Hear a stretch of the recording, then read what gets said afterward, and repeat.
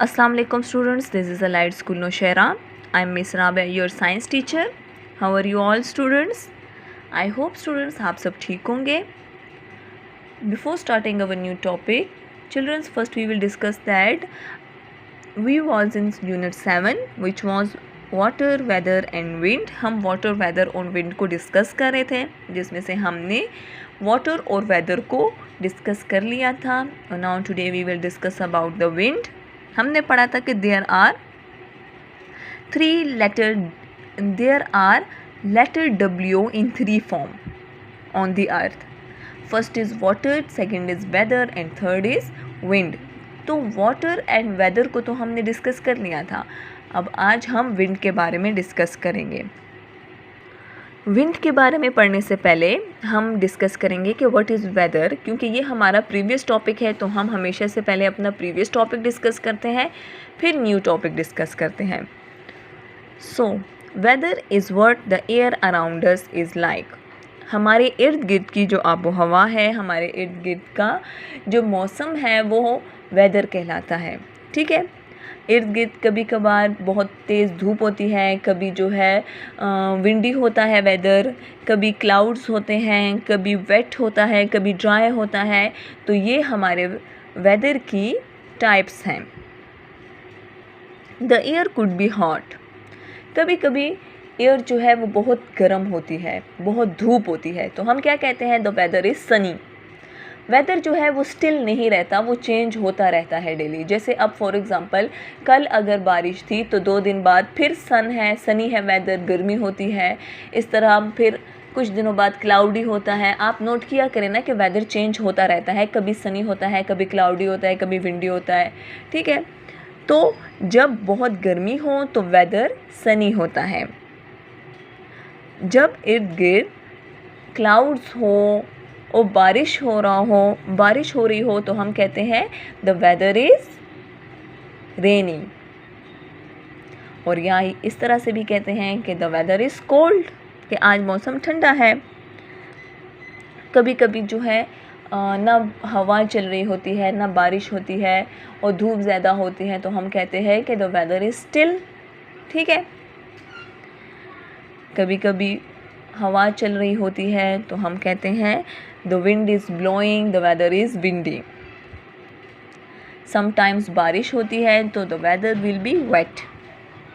अब क्यों कभी कभी पाकिस्तान में कहीं जगहों पर बारिशें होती हैं और कहीं जगहों पर मौसम जो है वो गर्म रहता है. ये इसलिए क्योंकि आप इधर देखें ग्लोब को, the middle of the globe नहीं है जिसे इक्वेटर कहते हैं, ये मिड है ग्लोब का.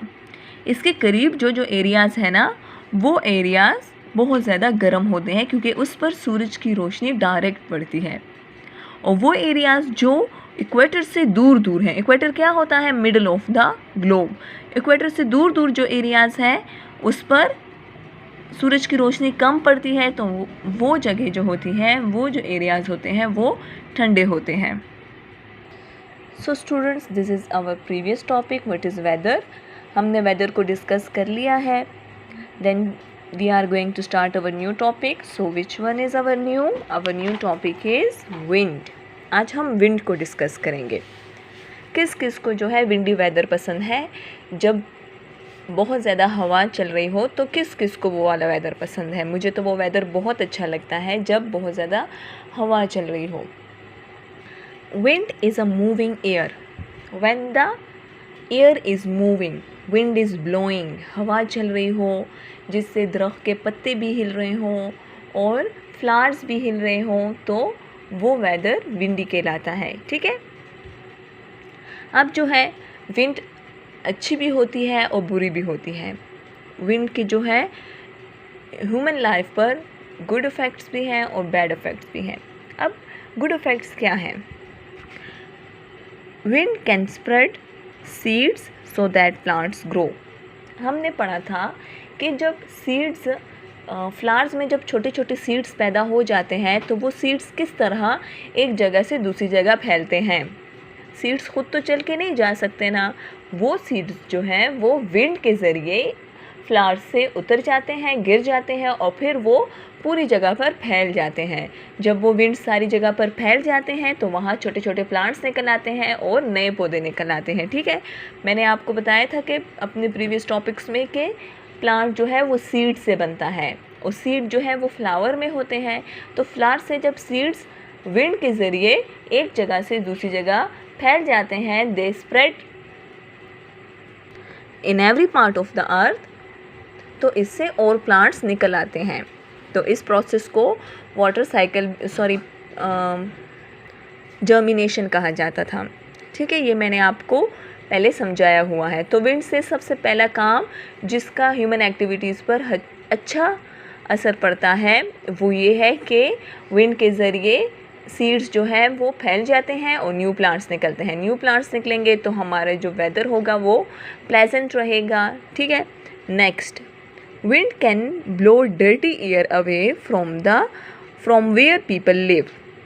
अगर हम ऐसी जगह पर रहते हैं, आजकल तो शहरों में जो सिटीज़ हैं वहाँ बहुत ज़्यादा फैक्ट्रीज़ हैं, जिस वजह से फैक्ट्रीज से धुआं निकलता है, स्मोक निकलती है, तो वेदर जो है वो पोल्यूट हो रहा होता है। तो जब विंड चलती है तो वो पोल्यूट एयर जो है वो उस जगह से दूसरी जगह ले जाती है। जहाँ लोग रहते हैं उस जगह से पोल्यूट एयर को दूसरी जगह ले जाती है।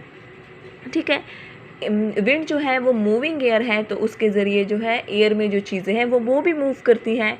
तो विंड के ज़रिए जो पोल्यूट स्मोक है वो दूसरी जगह चली जाती है। ठीक है, जैसे गाड़ियां हैं उसमें से स्मोक निकलती है जिससे हमारा वेदर पोल्यूट हो रहा होता है, तो ये वेदर विंड के ज़रिए फिर साफ़ हो जाता है।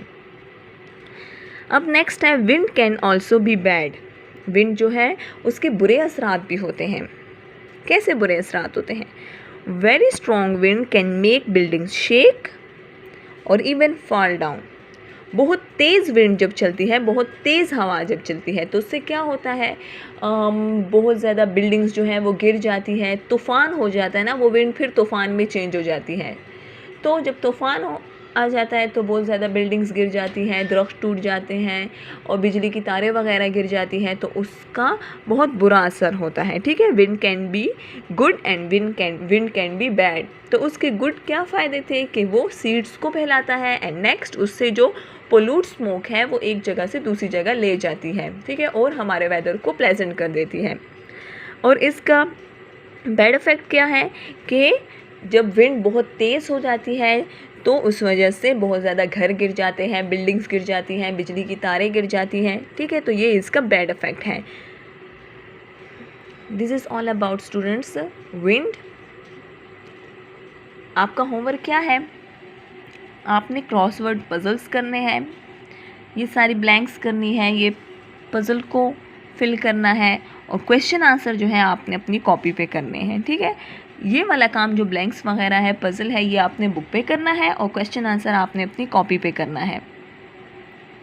अभी हमने डिस्कस किया है, देखिए, how can wind be good and how can wind be bad. तो आपने ये दोनों क्वेश्चन करने हैं। इसके अलावा can you give examples of how the air around us can be.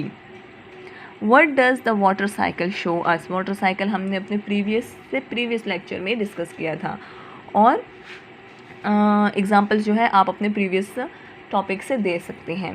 So students, this is enough for today. Have a nice day students. अल्लाह हाफिज़।